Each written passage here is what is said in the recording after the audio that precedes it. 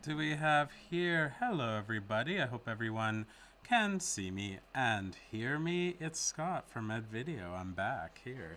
It's Tuesday. No, it's Thursday, May 21st, 2020. And this is episode 26 of Ed Video's Open Circuit. You may notice that my co host and co producer of Open Circuit is not here today. I get it. The beautiful weather here in Ontario won out today, and she wants to take advantage of that. And I think that's fantastic. Why not? Why be under these LED lights here at the super secret studio at Ed Video, 44 York Road, Ontario, when you can be under the sun and gardening and doing things like that? So, hope everyone's been enjoying the show. Today we have a really great guest, a friend of mine. His name is Ryan Cassidy. We have a lot of things to talk about with Ryan today. Normally, I do some title cards of our future upcoming guests. I've got a few in the works, but none of them with exact confirmed dates. But I can confirm two names, and I'm hoping one or both of them might appear next week. We're live every Tuesday and Thursday at 2 p.m. Eastern Standard Time. One of those guests will be Vanessa B. Rieger, who will be joining us from where she's currently living in Prince Edward County, Ontario, talking about all sorts of things that she's done, art shows, and in particular live video mixing with her collective Videomancy. And also I'm trying to figure out a date with a Kitchener based artist, organizer, activist. She does so many things. Her name is Terre Chartrand. I don't know her too well, but I have a lot of respect for her. And so part of my motivation is I just like to talk to artists. I like to learn more about what they do and why they do it. So very excited for those two guests. Hopefully one or both of them will be on next week. And we have a few others in the works, some local artists, some from elsewhere. We're just going to try to keep these stories going. So today, though, I'm very excited to speak with Ryan Cassidy. Ryan does all sorts of things. He does drawing, he does painting, he does illustration, he makes sculptures.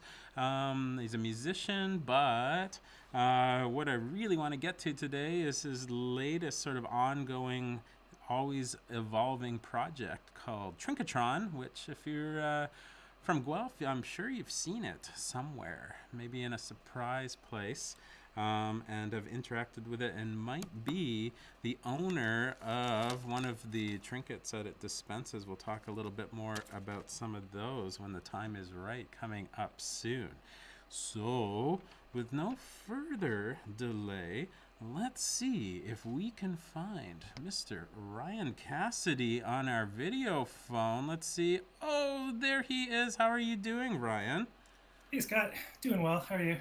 Very good, thanks. It's really cool to chat with you today in this way, even though I know you're not very far away from me in the world. But Not very far geographically, but I'm sure, as you're aware, the Unicor secret underground laboratory. On a map, it might look like we are on the same street, but I'm actually a mile below the Earth's surface right now, and we've got some pretty good daylight simulators running right now.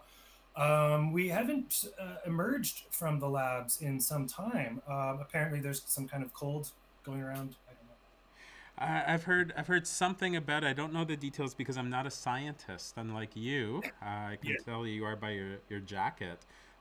So if you get any more details about what's happening in the world, let us know so I can impart it to our viewers. sure. Yeah, I mean the Wi-Fi is a bit spotty down here, so we get little blips and blabs here from time to time. Saw something about some kind of tiger thingy, and then about the bad cold going around. For the most part, we've been reserving our bandwidth for our simulations that we've been running here. We've been working on some pretty big projects, including the Trinkatron, of course. And yeah, just kind of hunkered down, just up to my eyeballs in work as I was. So.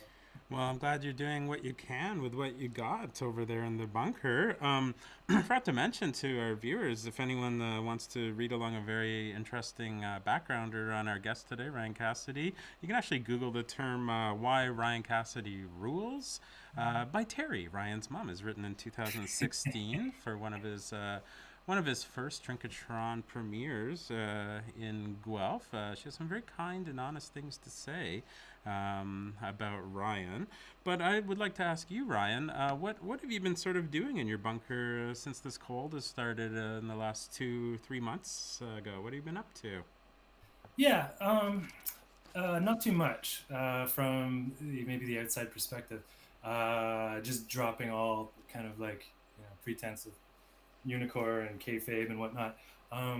The whole pandemic thing kind of took the wind out of our sails as far as the Trinketron thing goes. We had a whole big ambitious plan for 2020, kind of based on a lot of the momentum that we had built up over a really successful, uh, adventurous 2019 release year for the latest Trinketron machine.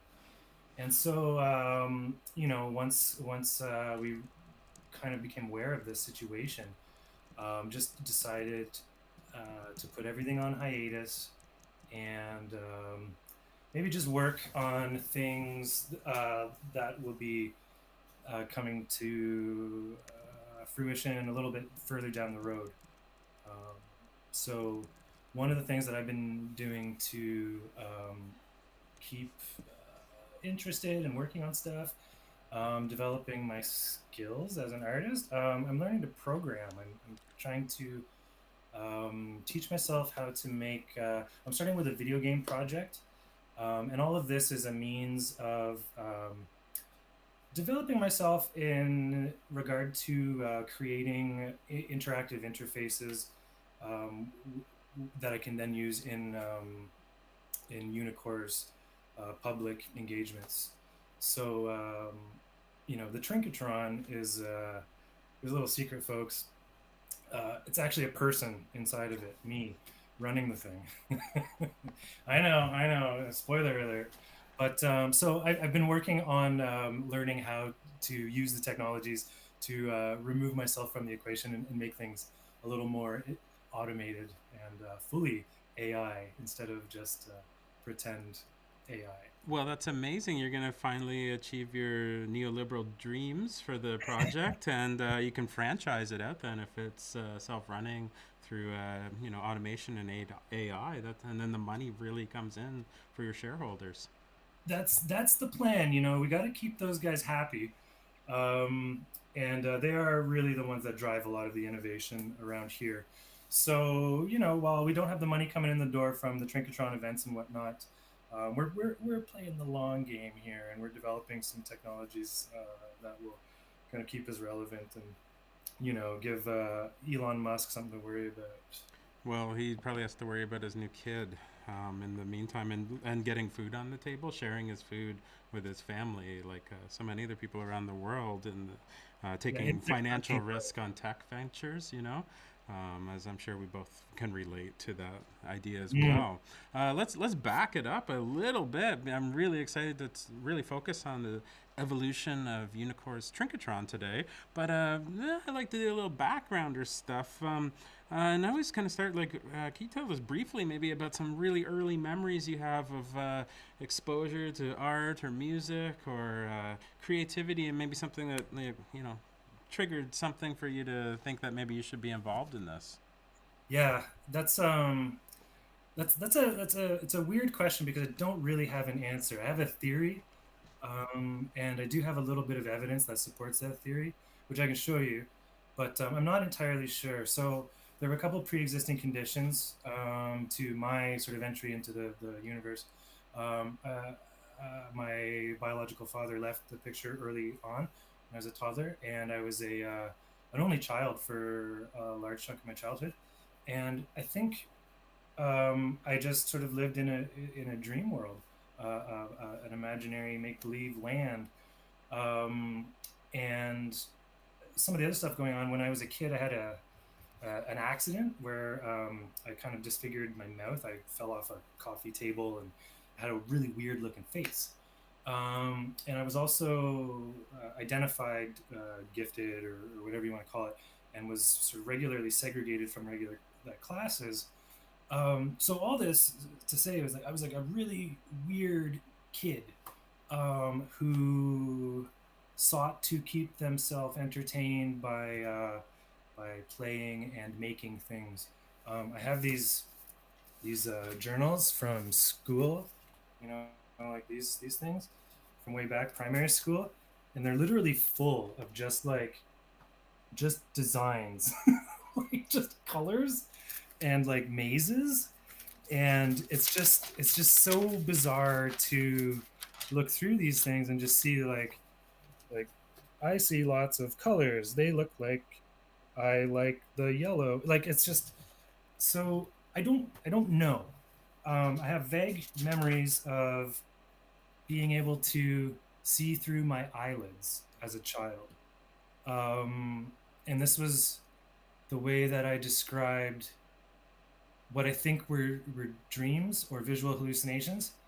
And this would just happen when I was a kid, and I would draw these things. And this is something that has followed me through into my adulthood. Now that sort of uh, it's become refined over time, and eventually into my teen years, I started painting and really developing these visual ideas. But the actual like kernel or origin of why I wanted to do this stuff was because I was just a very weird kid, and um, I think if in a psychoanalytical way, I was probably looking for a way of overcoming what I perceived to be odd eccentricities or whatever. So I wanted to be exceptional by being able to draw the best horse. Well, that's amazing. It's strange because you're such a normal guy now. How you got there, but also I'm seeing some of those links that you're showing us in your childhood books into your sort of more current work. That we'll take a look at some slides of your painting work. I'm not surprised you're.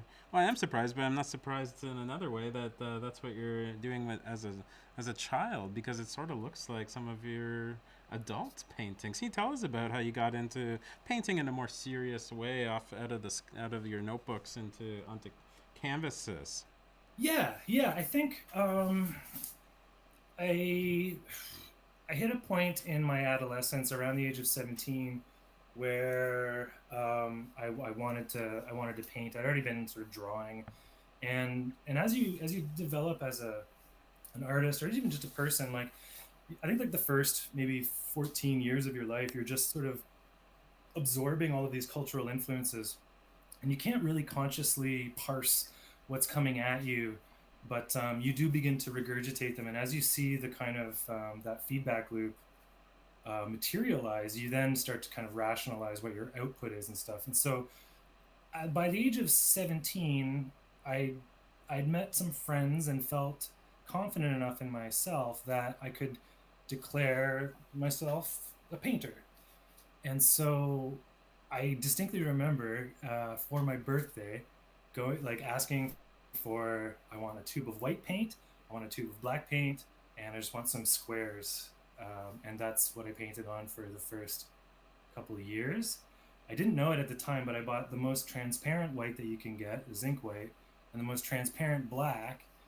And I developed this sort of technique of like painting directly out of the tube, so from tube to canvas. And it's a very autodidactic, very um, I read a book about formal qualities of the German abstract expressionists, and I thought that was the be all and end all of art. And I was going to break it down to the atomic level and just start with black and white and then develop it from there. And so I kind of just started working in this very pattern oriented way, which seemed intuitive to me at the time. And and that's essentially how I arrived at this style of painting. I wouldn't recommend it. It's very work intensive, and it took me a very long time to realize that I would never be able to turn out these paintings or produce them at a rate which would allow me to support myself as a painter, unless, of course, we just sort of start getting those $1 million sales right off the hop, and that never happens. So it's something that I enjoy. It's something that I like the feeling of, like, just suddenly realizing I've spent 6 hours, zoomed right in and painting. But it's not something that I feel like I can really sustain myself with, both financially and psychologically, because it's pretty grueling. I don't know, like, paint, it makes you crazy. It makes you a crazy person. Yeah, I get that, and you know, you're not the only person who can admit to that, that it's a hard thing to sustain yourself financially with. But I really love your paintings. I remember that's the very first time I met you, maybe about 12 years ago. You came Yeah. into Ed Video with a carload of paintings to photograph them, and I was kind of curious, like, who is this guy just coming out of nowhere? Yeah, and but normally I would start with drawings. I always think of drawing as sort of the appetizer for painting, but um, how do you think about your drawings differently? We're going to show some examples, but I mean, and psychologically, when you're making them as compared to your paintings, where's your is your brain in a different place, sort of?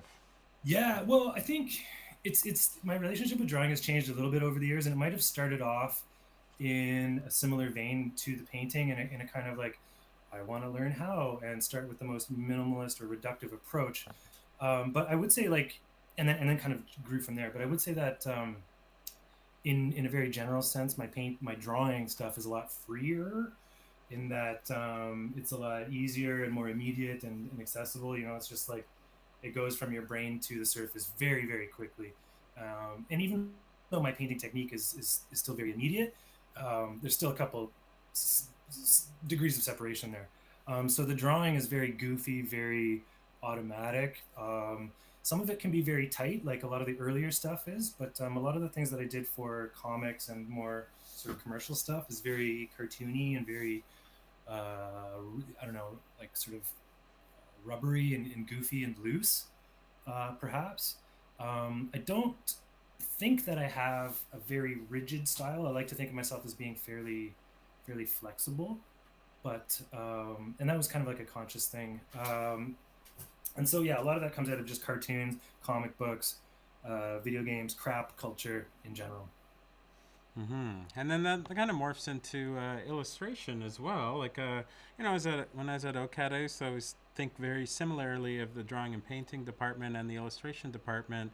And I was like, really, the only difference is, like, the illustrators are sort of tasked with a purpose for their work instead of coming up with it themselves. And I didn't think there was too much of a difference, actually. How are you thinking about your illustration? You've done so many posters for Kazoo Fest here in Guelph, and things for Wellington Brewery, so many things. When you're given this job, how do you kind of approach? How do you take a concept or a band or whatever it is and start thinking about that visually?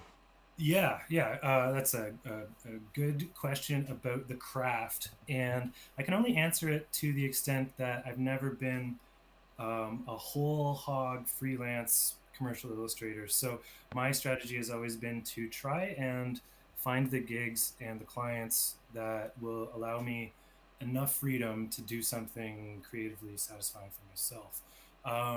In the few instances where I've done more corporate things, I've been less satisfied with the result. Um, so that's my one thing, is like pick your battles. Know, like, know the people that you're working with, or just be comfortable putting stuff out there with your name on it that is technically sound, but maybe not as conceptually interesting or close to your wishes as you would have liked. And I mean, I hit a sort of point with it, where, yeah, I was just, I think I care a bit too much about stuff, so I can't really just sort of crank these things out. I'm not like, some artists who can kind of, maybe, to use like a musical metaphor, just fill in on stage and hit that solo, and then cash their check, and not care too much about it. I kind of put a little bit of myself into the work, and so I've never really been comfortable freelancing wholly. But to answer your question, rather than just talking about the question, I think I've always got an idea in my head. I've always got more ideas than I can actually achieve. So I usually just refer to this book, which is one of many where I write down all my ideas, and I'll pull something out that is interesting that I haven't thought of in a while, and I'll work on it, or I'll have something already kind of like percolating in the old crock pot, and go from there. It's a lot of it though is very um, it's not like communicative or like didactic. It's very weird. It doesn't like it's not like I don't know like instructive or diagrammatic or whatever. It's like it's kind of ambiguous, I guess is how it tends to be. All right. One thing I want to definitely touch on before we get into the nitty gritty about Trinkatron and all the aspects around that is I don't know, maybe 5 years ago or something. You came into Ed Video and you had a gift for me, and it was this book that you made, uh, Jonathan Livingston Literal, and it's graciously signed to me there. I'm trying to follow my dreams, but I was I didn't really get it at first when you described it to me. I really really love the idea of it. Simple idea, but complex at the same time, as good concepts are. Tell us a little bit about Jonathan Livingston Literal, where you got the idea and why you made it, what it means to you, Ryan. Yeah, yeah. One thing I always forget to acknowledge about my work because it never really seems like it at the time is humor. I've been told that there's this like humorous aspect to my work, which I should probably like think about a bit more. But yeah, so that book, um, because I'm a total I call it like a crap hound. I love like I love dollar stores. I love thrift stores. I love antiques markets. I love big crazy piles of junk, and I love all of the cultural detritus and stuff that we as humans produce. And I love rummaging through it and finding things that are just shining turds, just like these like just these things that kind of distill certain aspects of our humanity so potently that they become bigger and more important than they are. And so I think the point of reference that Jonathan Livingston Seagull, is an example of that. In some ways, it's a mass culture product from the '70s by Richard Bach, and it was a massive seller.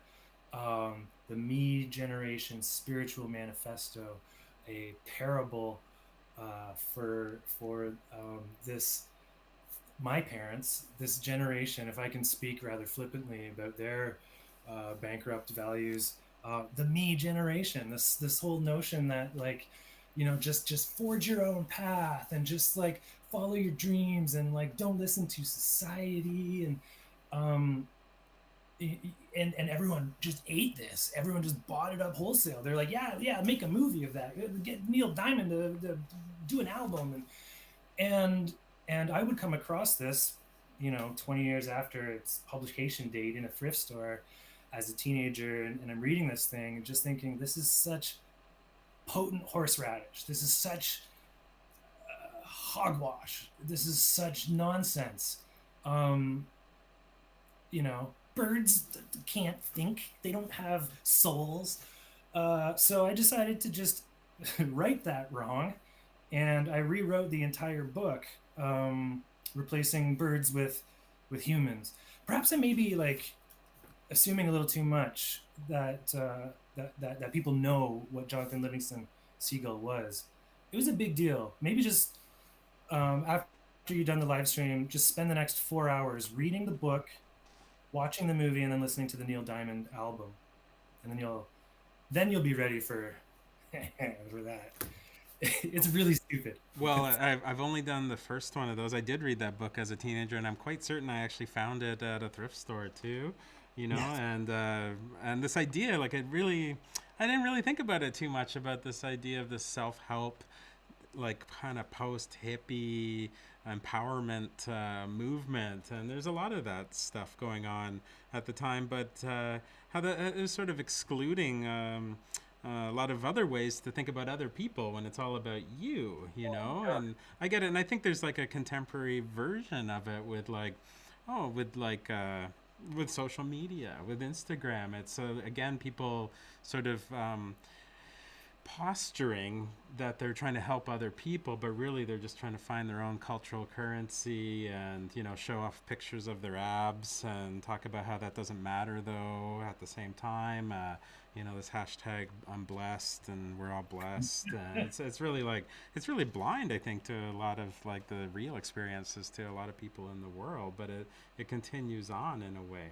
It's fascinating how, you know, once the sort of like dominant paradigm of maybe like religion or just sort of like the grand hierarchy collapses and people start scrambling for like oh Eastern religion and all this stuff, they come up with this like really brutal amalgamation of just nonsense, which maybe is not necessarily wrong in spirit, but definitely caused a lot of psychological damage. I think, you know, like these values are incompatible with the greater functioning of society as a whole, and I think we're seeing that, you know, quite quite literally play out. So Well, anyway, let's talk about a way that you've sort of erased yourself from the picture in a certain sense to provide a wonderful experience for the general public.